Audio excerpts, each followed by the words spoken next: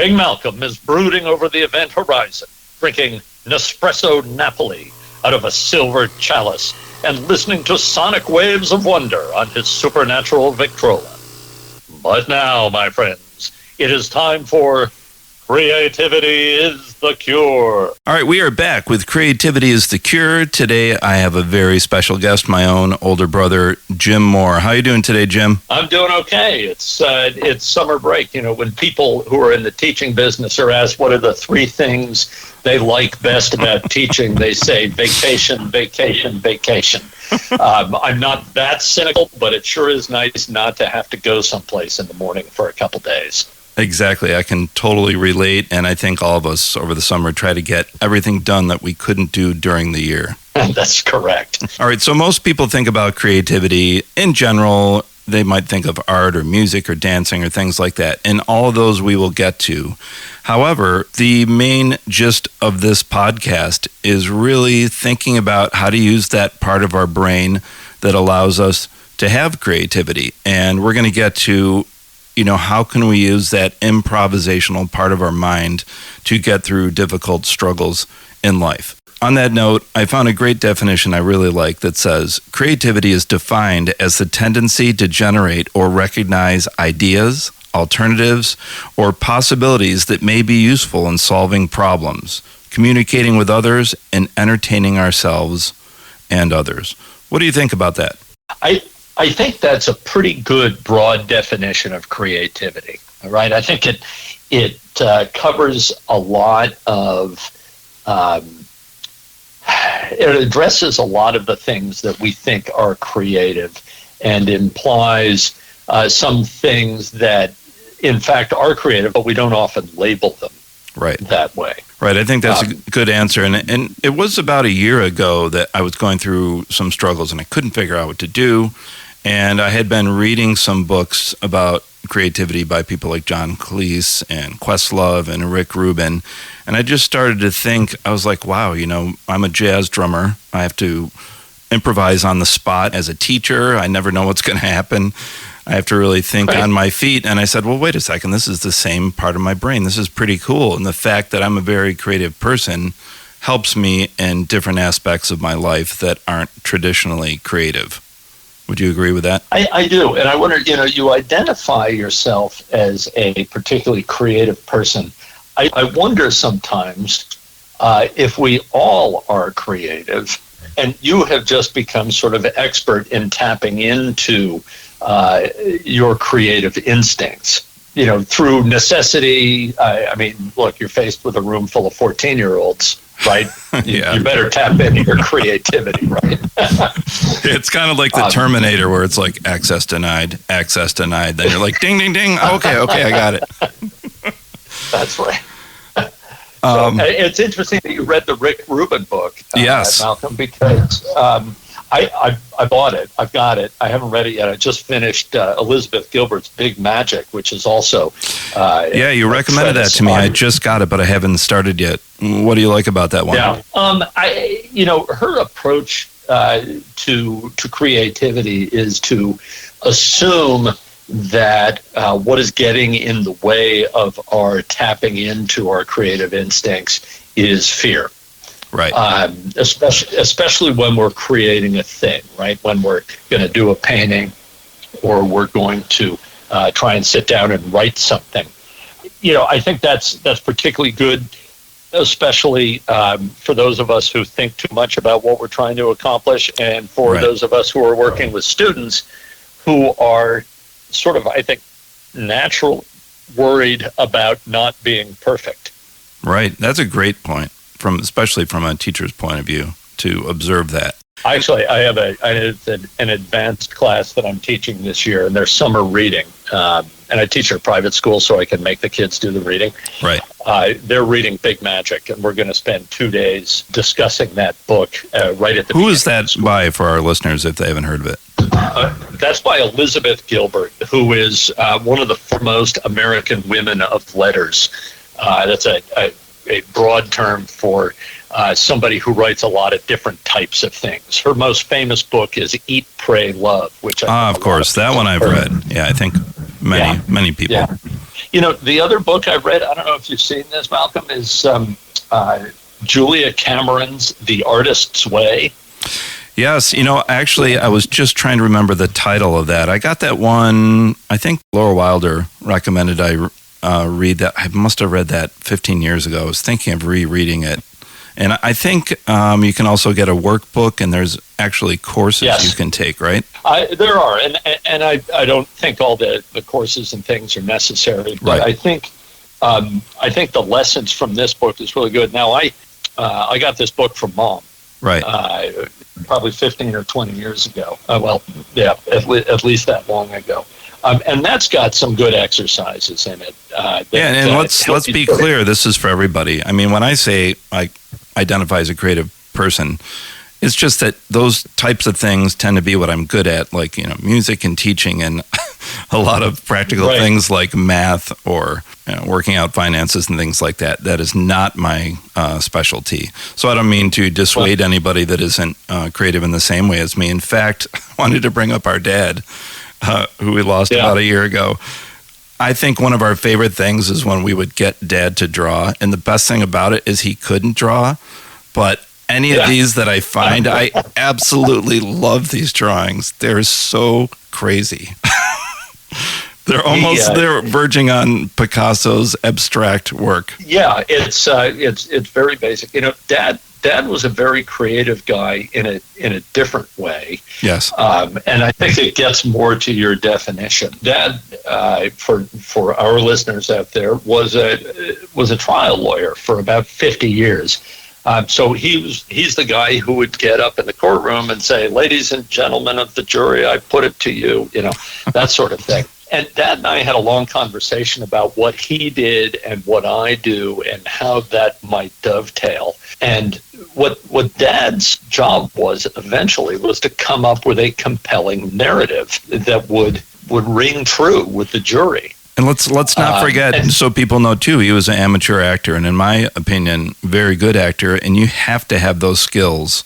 You have to have charisma if you're going to come across convincingly to a jury. Sure. So it's not only did he take a creative approach to devising a compelling narrative, but he was also pretty creative in how he delivered that narrative to a jury or to a judge, or even in arbitrations or mediations. Another thing that Dad did that I thought was really interesting, and this was and it's just coming to me now. I was with him once when he was negotiating the purchase of a car. You remember the late 70s, the late 70s Pontiac Sunbird. Yes.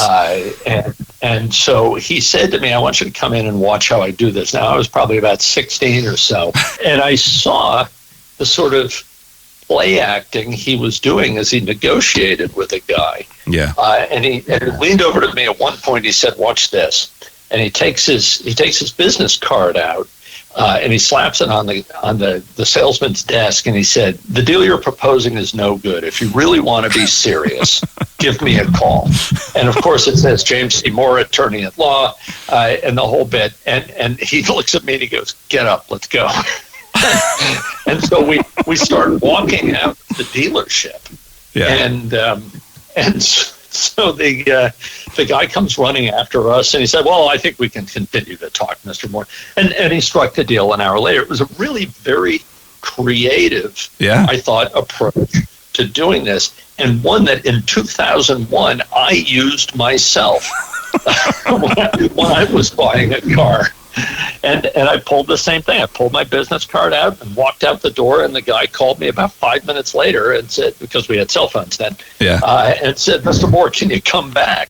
So at any rate, Dad was a very conservative guy, but I think he was so successful because he thought creatively about how to do things within the rules. And at any rate, we would always think of Mom as the creative person in the family, the creative parent. But Dad was just as creative, as you suggest, in his own way. If you would ask Dad to maybe make the living room look nice, it would have been a disaster, right? But, likewise, if you would ask Mom to go up in front of a jury, she probably would not have been. Probably wouldn't go well. Yeah, and the last thing I want to say about that is I remember one time Dad getting ready for an event, and he came downstairs and asked Mom how his outfit looked, and she's like, "That is awful. Go back upstairs." And he said, "Well, everything in this outfit is plaid. Why don't they match?" And what he wasn't thinking about was one was like a red plaid, one was green. Right. Dad had a narrow slice of creativity at which he was expert. Let's go back in time since we're talking about family. What's your first memory of using your own creativity? So I've been thinking about this, and, I've been writing for a long time, and I used to draw lots of pictures, and I got really into photography when I was in my teens, and felt for a long time like I was going to go to architecture school. But so that's lots of sort of highbrow stuff, right? Reading, writing, drawing, design, all that. Actually, one of my first memories of being creative was I was faced with my own intent to be a little different from the run of the mill. And this goes back to, Mom used to make us peanut butter and jelly sandwiches, right? Or she'd make us Belvita and bologna sandwiches. It's something, pretty standard, right? Ham-ish and cheese-ish, that sort of thing. But I wanted to do something different, and here's where Dad was a little more creative. I don't know if he was creative or just weird, but he used to like peanut butter and bologna sandwiches, which everybody else in the family thought was just bizarre. Absolutely, I still don't understand that, but go on. Right. So what I did is I wanted to sort of double down on that, right? And I think it was as much a desire for you guys to think that I was very strange, and as it was, what the sort of taste I was looking for. But I started to add things to the peanut butter and bologna sandwich. If I kept eating that stuff, I'd be dead by now. But unfortunately, I stopped. But I think all of us that grew up in the 1970s are very lucky to still be alive. Right. So what I did is I started adding things to it to see how it worked. And there was sort of a trial and error thing. I think adding the jelly back into the peanut butter and bologna sandwich was not a successful experiment. But adding mayonnaise, and I use that term lightly, I think it was probably Miracle Whip, right? Which was, I think, a petroleum byproduct, and then maybe some butter. So, but what I was trying to do was come up with something new and interesting at the kitchen table. I wish I could tell you that this had led me to a career as a chef using molecular gastronomy as an approach, but no. I did have a peanut butter and ham sandwich the other day, though. You did definitely have some culinary creativity, and you're making me remember too that one of my favorite things Mom would do was take a piece of bologna and carve a face into it and make it more fun for us. Right, and if it wasn't our mom, that would have been a really weird thing to do, and maybe even a little creepy. But it was Mom, and so you could never think of any creepy intent with her. Well, she knew how to read the room, obviously. That's true. Now, I know you're an English teacher, so let's go back also, and I want to ask you, what is the first book you remember reading that really opened your eyes to the endless possibilities of an author transporting the reader to another reality? I'm looking at it right now. It's on my bookshelf right next to my desk here. It's a book called Divers Down, and it was published in 1971 by a guy. I mean, this is such a 1971 name, right? Hal Gordon. Oh, yeah, Hal Gordon. He sounds like an evil villain on the Batman TV show. That's right. Either that or just a regular guy. Yeah. So, he's watering the lawn. Hal Gordon's out watering the lawn, right? This is Divers Down, Adventure Under Hawaiian Seas. It was 89 cents in hardback. Wow. Published by the Whitman Book Company, Western Publishing, Racine, Wisconsin, in 1971. So it's a real place, the home of Sea Life Park, the Oceanic Institute, Mackay Undersea Range, and some other stuff. And this is about two people two young people, probably teens, sort of probably mod teens, if we think about the time this was done. And the boy's name was Kip, and I think the girl was Julie. And they've got to solve some problems. They're working for the Oceanic Institute. They've got to solve some problems. They're both certified scuba divers, which I think every teenager in America was required to be in the late 60s and early 70s. And there's some bad guy does something. I haven't read it in a long time, and they wind up, it's sort of like a Scooby-Doo ending. It sounds a little bit like Hardy Boys as well, because I remember reading all those books. Yeah, it's a little bit like the Hardy Boys book. But what I had never been to. Dad bought it for me at some rest stop when we were on a family trip, and within 2 pages, I got totally sucked into this thing. I'd never been to Hawaii before. Although this was a time when we're always we were watching Hawaii Five-0 every week, and, right? And there was a certain sort of 70s glamour to Hawaii at the time. So I bet I've read this book 5 or 6 times, and in a big book purge in our house last summer, I refused to let this one go. Because it was really, I was drawn along by the narrative. The sense of place I thought was just terrifically drawn, and the characters were compelling enough that I was pretty excited about them. Yeah. So I should probably read this again 53 years later and see, there's probably something horribly misogynist in there or racist or something like that, right. that I don't remember. I hope not. But I just, this book was a really important one for me. It sounds like it really started to take you on a journey to escaping into books. Well, I wouldn't say it was escape. It was more like sort of jumping in feet first and playing along. The other book, now that I'm thinking about it, that really pulled me in, and this is a much more quote unquote literary thing, was when I was in 7th grade. I read Great Expectations. Wow. Dad's old, or some great grandfather of ours had an old leather-bound copy, and the first chapter just sucked me in. It's terrifying. Yeah. And I was like, oh my God, I didn't know a story could be like this. And that one not only takes you another place, but it takes you back in time. Yes, it does. Right. And Dickens was just able to paint that so well. And as a result, I wound up reading a lot of Dickens. I haven't read all of Dickens, but I would say I probably read half of it, which is a lot. I mean, that says a lot because that book is so old that it still translates and works today. Do you know at all what year that was written in, vaguely maybe? It was in the mid-1800s. That's what I thought, yeah. Interesting thing about Dickens, and this may be a little off the topic, but he wrote in serial fashion. And so once a month, a new chapter would come out. And so people would buy these magazines and Arthur Conan Doyle did this as well, Thomas Hardy.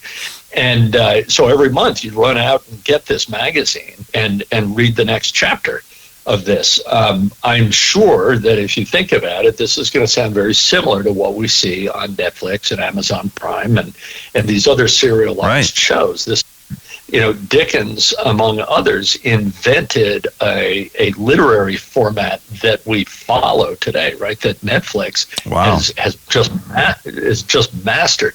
Because we like these long, sprawling stories. Especially when they leave you hanging at the end of every episode. Absolutely. There's got to be a cliffhanger. Otherwise, you're not going to tune in the second time. All right.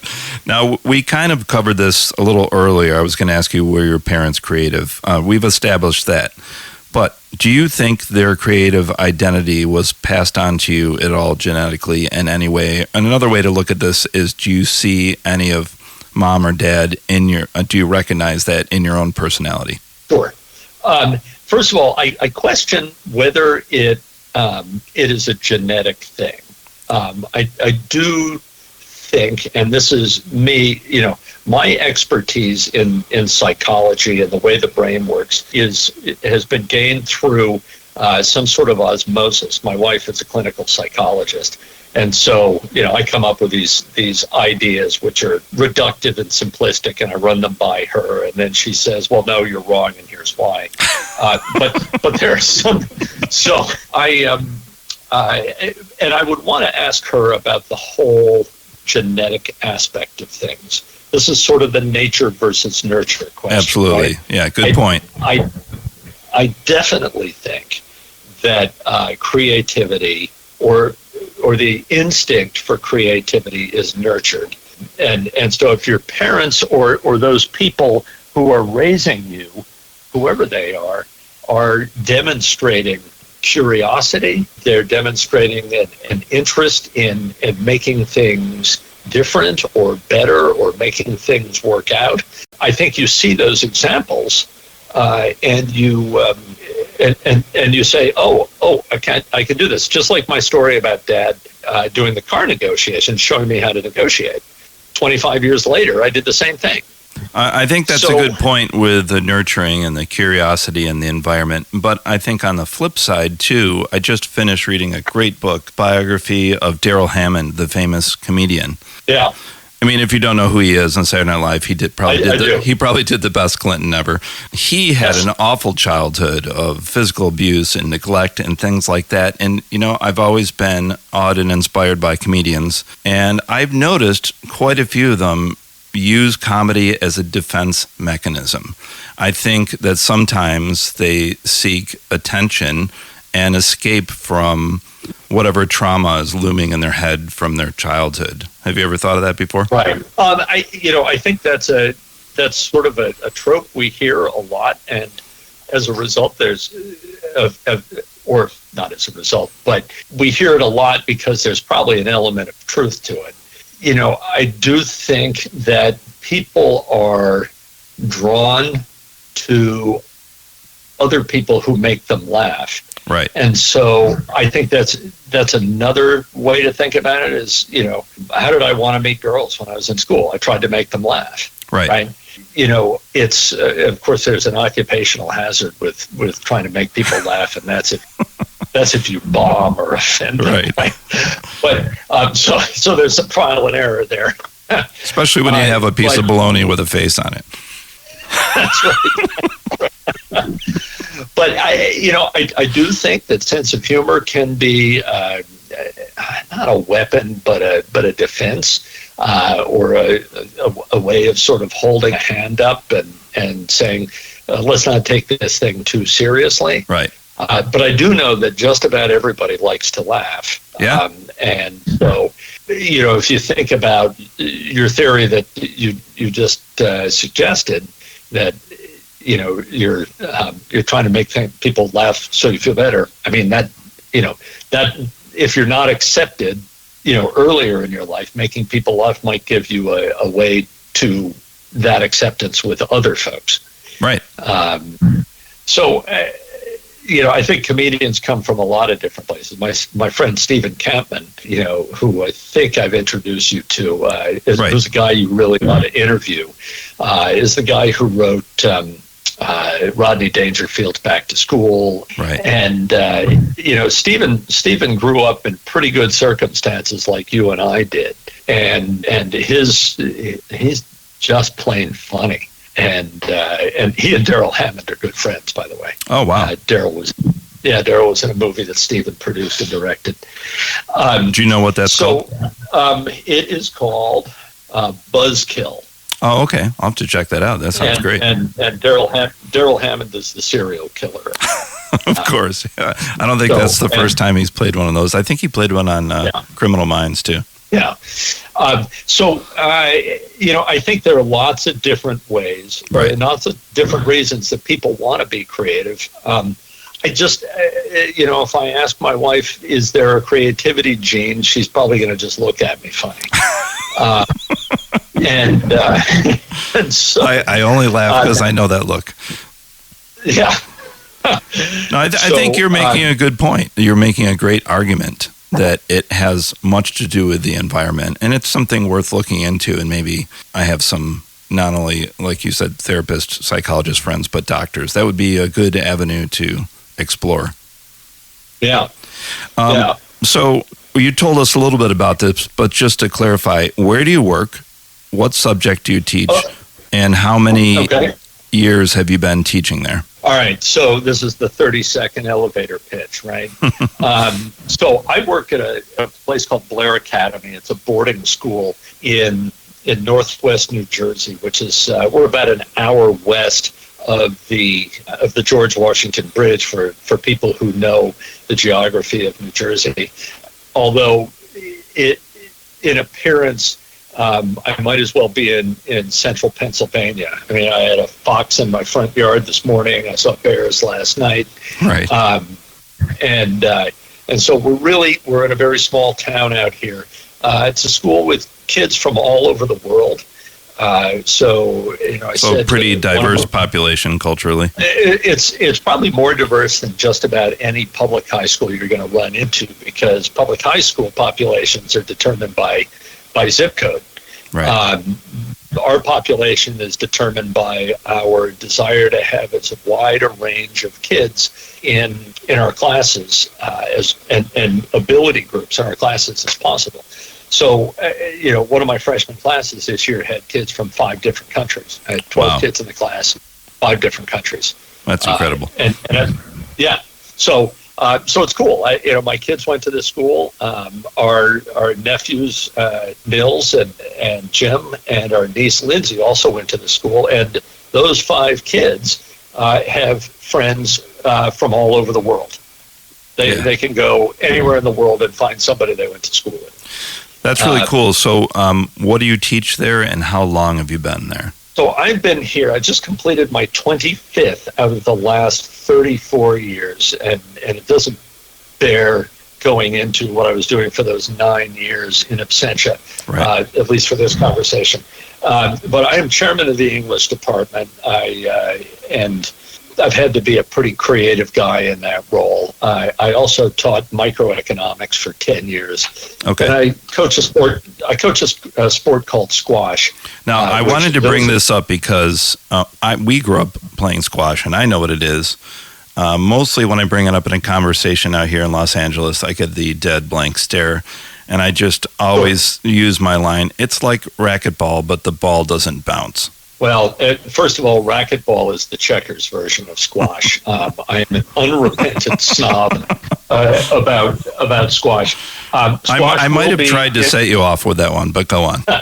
Squash will be in the Olympics in 2018 in your backyard. Wow. I'm sorry, 2020. 2028, yes. Lots of construction going on already. That's right. And they're building a big squash facility up there. I'm hoping to be involved in that somehow, not the building of it, but the organization of it. Wow. Squash is a game that originated in the debtors' prisons in England in the 1860s and 1870s. And so made its way, interestingly, to the private schools from the debtors' prisons. I can't figure out how that happened, but then wound up coming over to the boarding schools here, and eventually it's became very popular in the Northeast. My daughter coached in Atlanta for a while. I've played in maybe 10 different states, and it's a game that's played in a big box. And the box is 21 by 32 feet.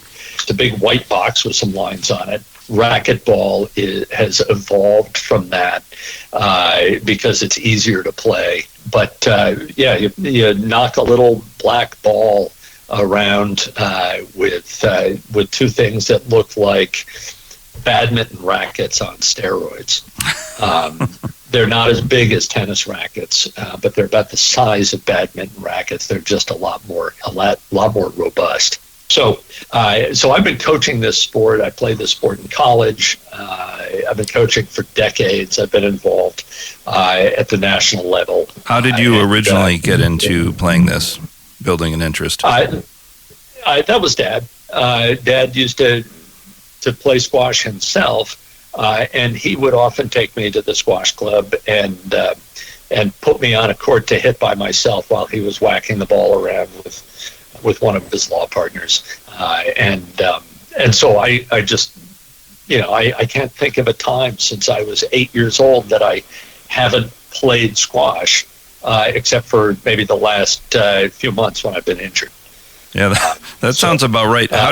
How do you use the creative part of your brain to play squash and also coach your team? How would you theorize about that? So two different things about this. First of all, when we're talking about creativity, we're always talking about thinking outside the box. And I've got a theory about thinking outside the box anyway.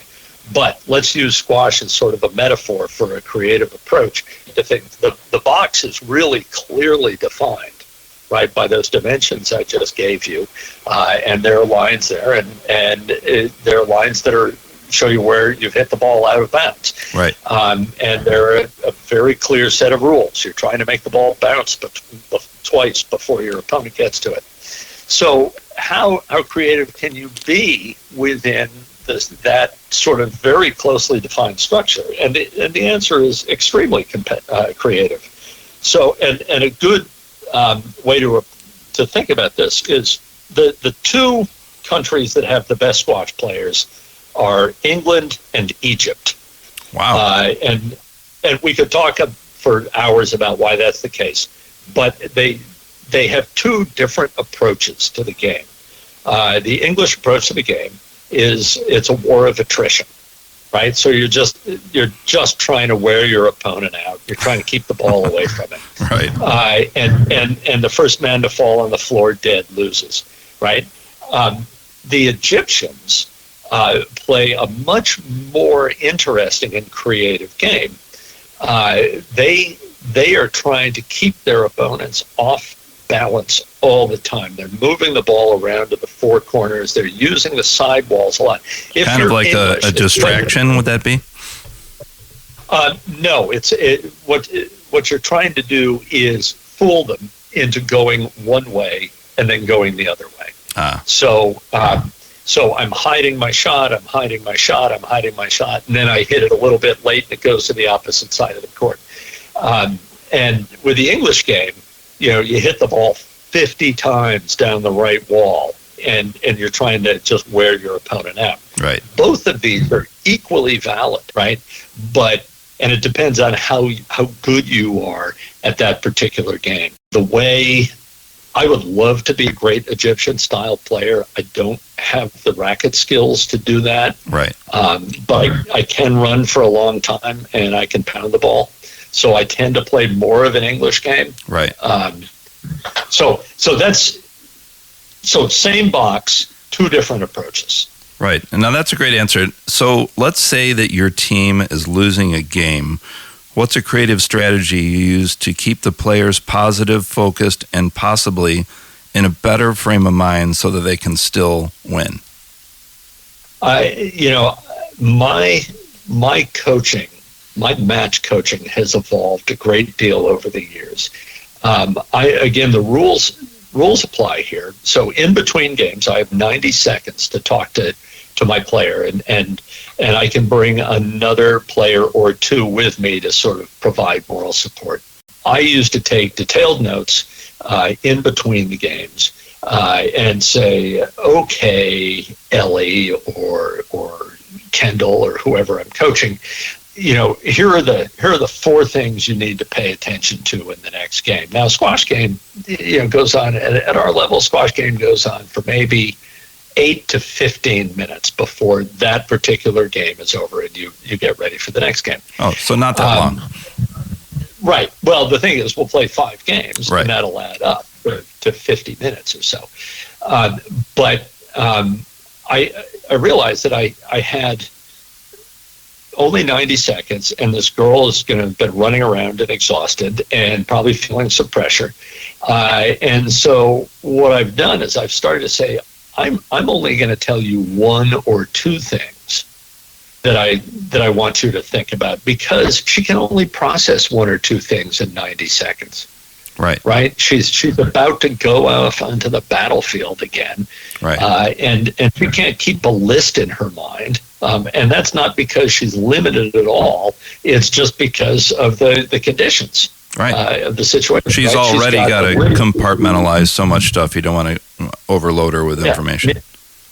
I mean, what am I going to do? Have her write it on her hand and have her look at it in between points? So I will say, and this has been my more creative approach to coaching, because I find it works better, is I say, okay, you need to do this thing, and you need to do this thing, and I need to remind you, you need to do this thing. I'll repeat it 3 or 4 times, so that's what she's thinking about when she walks out onto the court. So I think also that this really requires that I know my players well, because I'm not a yeller on the court, right? Some coaches come out and say, I can't believe you did that. What a stupid thing. So what you're saying is you're not there with a megaphone shouting out, you clumsy fool, every time they drop the ball. That's right. Okay. And squash is a preppy enough sport that's really sort of unseemly to do that anyway, right? We don't have air horns either. So it sounds like you're saying you try to really get to know your players and play to their strengths. Yes. And now one of the great things about my job here is, every year I have maybe 10 or 12 girls on my team, but I've had 6 of them in class already. Oh, that's great. Right. So I know these girls really well, especially after they've been with me for 3 or 4 years. So I know what's going to, the sort of approach that's going to motivate one girl won't work with another girl. So I've got to come up with a different way to do that. And also I can tell how people are getting tired, right? So I've really got to sort of gauge where my player's head is. And I think that's sort of situational creativity, if you think about that, right? You're saying, okay, I have this problem. She just got killed in this game 11-3, and she lost her momentum. How am I going to get her back how am I going to get her head back into the game? And that really requires knowing these girls pretty well. I think that's where I am lucky in that what I'm trying to accomplish, I can probably do better in this particular academic environment or this particular academy environment because I see these kids, right? They come over to my house for dinner. Right. By the way, you should know my squash team insists on all of our meals on the road be taken at Wegmans. Wow. Well, on that same topic, by the way, if listeners don't know, Wegmans is a huge grocery store chain that started in Rochester, New York, our hometown, and now has spread across the East Coast? Yeah, it's all the way down to North Carolina. And if you get a second, go onto YouTube and look up Alec Baldwin's commercial for Wegmans. Definitely one of the funniest. Yes. So we were talking about how some of the kids on your squash team are also in the classroom. So let's talk about that. How do you utilize your creativity in being an effective English teacher? Well, I think I just have to be creative from the minute I walk in the door. Right. Right. So occasionally I'll say, okay, you guys, I'm going to give you a quiz. And so for the next 15 minutes, you're going to be taking the quiz and then we're going to go over it. And so there's 15 minutes where, I'm checking online to see what you've posted and stuff like that. But I think, my job is creativity all the time. So I don't ever have a sense of tapping into it or saying, looking at my tool belt, where's my creativity tool? I walk in the door. Now, I have arguably the best teaching conditions in the world. Right. Right. Yeah. I mean, I have kids who have applied to be at my school. I get cranky when I have more than 12 kids in a class. Oh my God. I always have 22. I can't imagine. I know. And so I can get to know the kids pretty well. But even if I do start the class off with a quiz, it's a quiz I made up the night before because I've done the reading, even though it's a book. I've taught Macbeth probably 15 years in a row. Right. Actually, I took a break from it 2 years ago, and I taught 12th night. But I've taught Macbeth 15 years in a row, and I make up a different quiz every time for the same stuff because I have different kids. Now, I don't know if you've noticed this, but the younger kids coming in right now, the kids who are really affected by COVID, right. are much less resourceful than the kids before COVID. And it's not their their fault. interactive skills are very poor and still taking a long time to go back to normal. Yeah, good point. Yeah, and I'm hoping that we're sort of through that right now. But the kids who are, in 8th grade or 6th grade in 2001, just none of us knew what we were going to be able to do with them back then, and so they're a little behind. That doesn't mean they're not smart, and that doesn't mean they can't get with the program. Right. But we've had to go back to more sort of skills-based stuff, and so. To your point about it's almost like situational creativity there.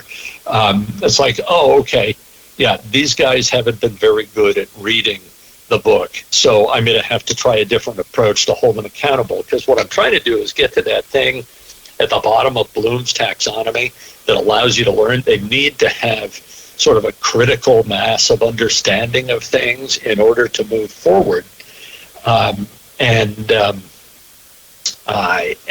And so it takes me and my colleagues sort of more effort to do that. We can't assume a certain knowledge base that we used to be able to assume. We can't assume a certain level of reading comprehension. We have to build that in a way that we didn't, 5 years ago. I'll also lay a lot at the doorstep of the cell phone, but that's an easy app. I think we're ultimately what it is. I have a different group of kids every year, and I've got to come up with a different approach to the same material every year. And that's actually, it's a lot of work, but it's actually a lot of fun. And I think you're like me too. I've taught for 11 years now, and I have so many lesson plans that if I'm in a hurry or I have a different type of group, like you said, I can probably pull something from 3 years ago and reframe it. Yeah. Right. Yeah. And that's what I do. If I'm really stuck for time, like if I'm at a squash match in Philadelphia and I get home at 10:30 at night and I've got to be ready for class in the morning, that's something where I just go in and say, all right, what did I do at this time last year? Does that apply?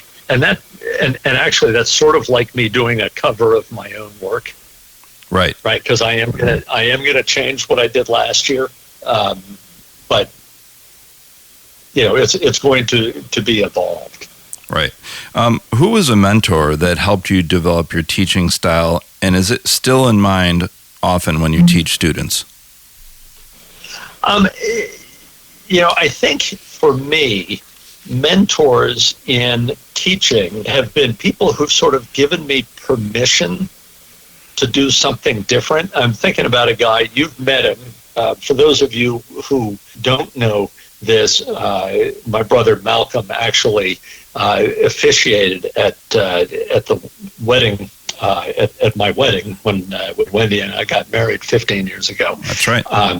And so you met this guy at the wedding. His name's Sam Bacon, and he's about 15 years older than I am. And whenever I got stuck on something in the classroom or really anything else about running the English department or being a schoolman, he's a guy I would turn to a lot for advice.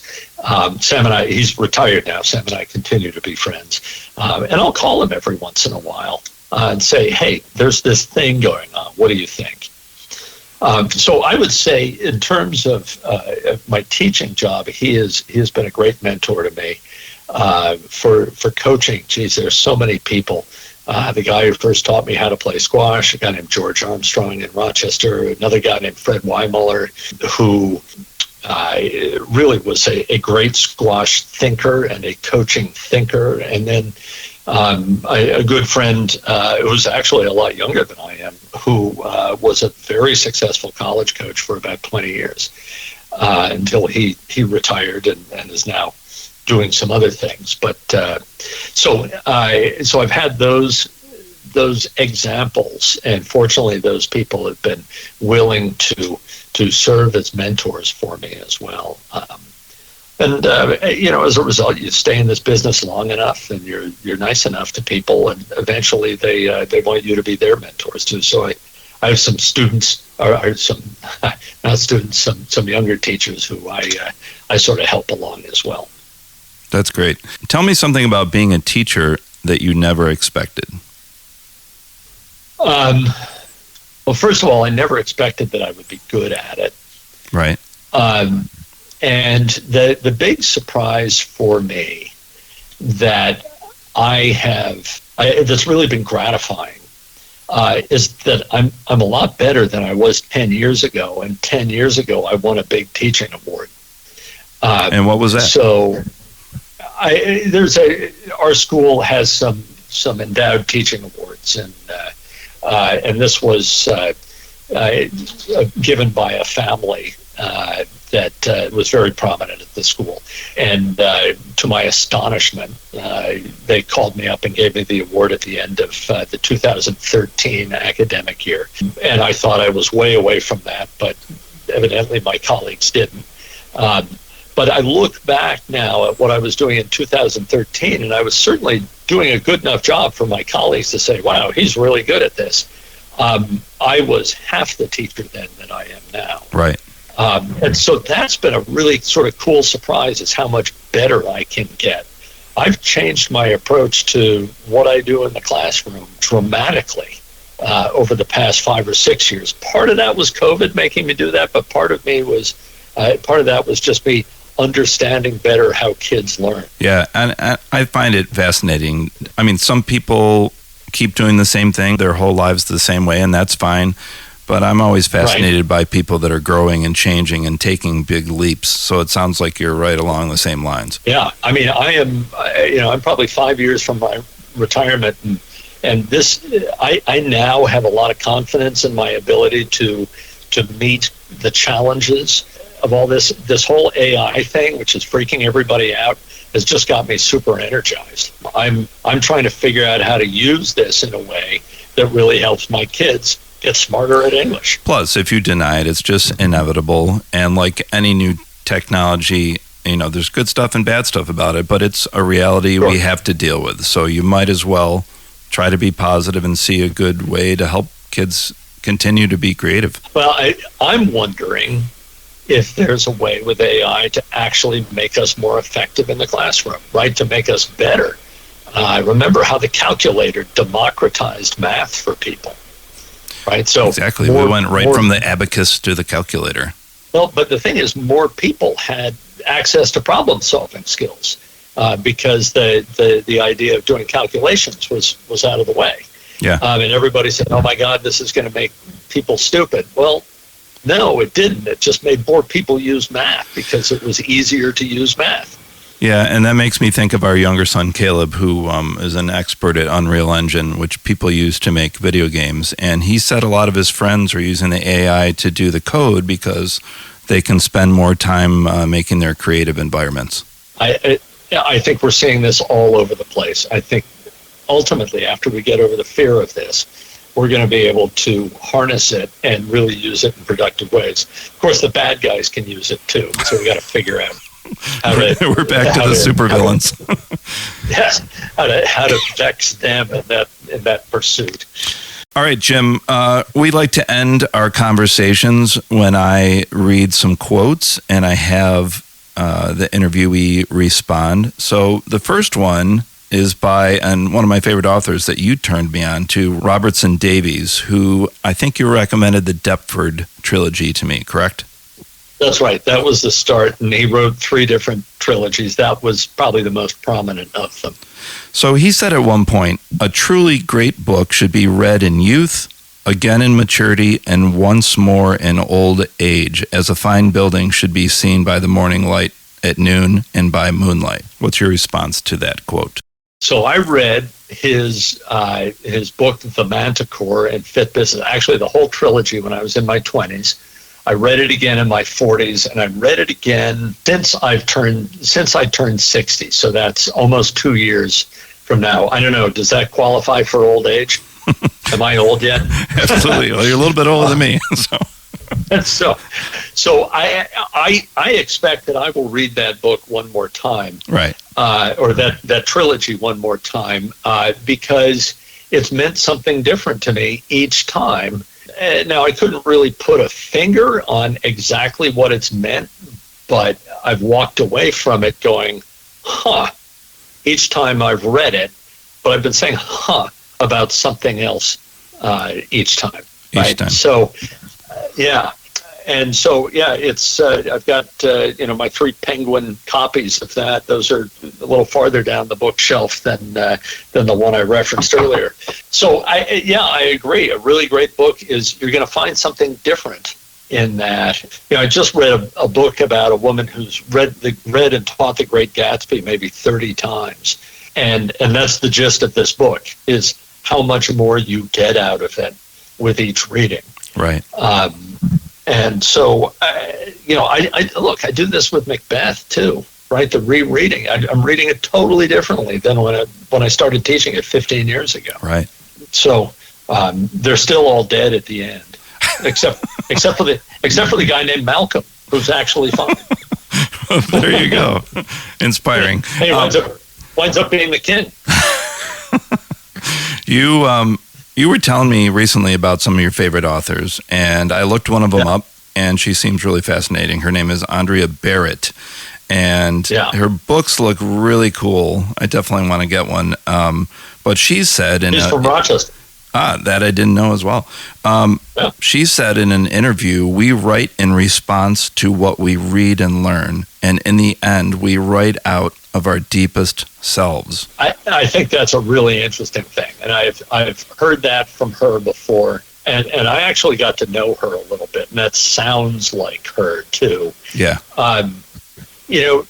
Her stuff is so compelling. That's another one where you get into this world, and it's not world building in the Tolkien sense of world building, but it is. These characters wind up being real in this real place. She writes a lot. Most of her books are set in the Finger Lakes, so that would all seem very familiar to you. But here's the thing about Andrea. She is a biologist by training. Right? And I think that bit about, can you read the last part of the quotation again? In the end, we write out of our deepest selves. Yeah, I mean, she's trained as a biologist. She's fascinated by the natural world. And what she's done is created characters and plots around that fascination. So I think probably her deepest, I don't want to speak for her, but I would read this as her deepest self, in her case, is that she's a scientist. Yeah. But is looking for the human connection with the sciences. That's my guess. Now, who knows? If I texted her and said, "Hey, Andrea, what do you think?" She'd go, "No, you're wrong." Well, what? I went to her website, and there was something to that point on there that she combines history, nature, and storytelling all together. I'm paraphrasing, but it was something like that. Yeah, I mean, it's just sort of deeply steeped in natural history and the sciences. Okay, our last quote is by the one and only Albert Einstein, who once said, "It is the supreme art of the teacher to awaken joy in creative expression and knowledge." The big question I ask my department, and see, I get to ask the department this question all the time because I'm the boss and I run the meetings, is, we value curiosity in our students. We think that curiosity is at the root of this, and certainly that's what Elizabeth Gilbert would say in her book Big Magic. She talks a lot about the importance of curiosity. But the question is, if we can ignite the curiosity in a student, the student's going to use us in a different way, I think. Right? The student is going to suddenly see us as a collaborator. So are you kind of saying that, I've heard this a lot before, a teacher's job is to teach their students to think? That's the most important thing. I think that's a little simplistic. Right. I think trying to get kids to the point at which they're curious is at the base of all of this. And part of that is learning how to think, right? Because you can't be curious about something if you can't really sort of process and understand it a little bit, right? You got to build a little bit of knowledge. So, I challenge my department all the time. What are we doing to help our students become more curious? And there's no easy way to do that. I think part of it is showing them how excited you are about the material. My colleague Michael, who's a chemistry teacher, likes to blow stuff up. And takes them out to the yard behind our science building, and they ignite something. And then he goes, okay, let's see if we can figure out how that happened. Right. Right. And some kids really get into it. They want to know why that happened. And you worry about them. It's like, do they just want to reverse engineer this and blow something else up? Yeah. Probably not. But, so you're trying to get kids curious about the world, curious about this subject and how it fits into the world. And so there's something about the beauty of what we're trying to do. That's the art part, and also the practicality of it. Where can I use this before? Where can I use that? So, right. And in danger of being grammatically incorrect, you're making me think of Lewis Carroll, curiouser and curiouser. Lewis Carroll was allowed to make up words. And, he was like, before E.E. Cummings. He just forgot about the capital letters. But curiouser and curiouser, that makes sense. Look, Toni Morrison came up with the whole idea of rememory in Beloved, right? Lewis Carroll can do that. Toni Morrison can do that. You and I, maybe we don't have the street cred to do that, right? Well, Jim, I think this is a good place to end. I only got through half of my questions, so if you'd agree to come back, maybe we could do part 2 sometime soon. Sure, I'd be happy to. There's been a lot of fun, Malcolm. I agree. Thanks very much, Jim, and I'll talk to you soon. Okay.